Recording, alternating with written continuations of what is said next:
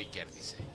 Σέντρα στην περιοχή για τον Σοάρες, ο Φοφανά κατεβάζει, κάνει το πλασέ. Φοφανά. Παίρνει στην περιοχή πλάγια, γυρίζει κόντρα και το κόρνο.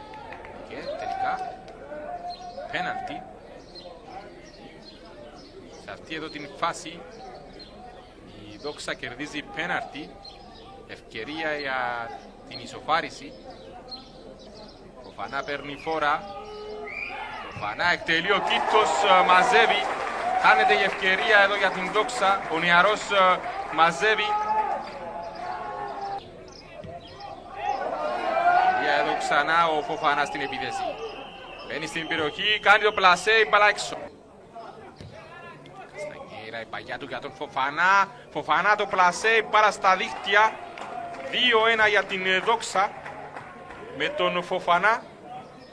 Ήταν η παγιά που έγινε. Ο Φοφανά πήγε στην περιοχή, πλάσαρε τον Κίτ. Η παγιά του για τον Φοφανά. Αυτός κέρδισε. Μπαίνει στην φάση, το σουτ και το γκολ. Το 1-3 για την Δόξα με τον Φοφανά να στέλνει την μπάλα για δεύτερη φορά σήμερα στα δίχτυα. Μπάλα στον Φοφανά, ευκαιρία, Φοφανά, την μπάλα στα δίχτυα, 2-4 για την Δόξα.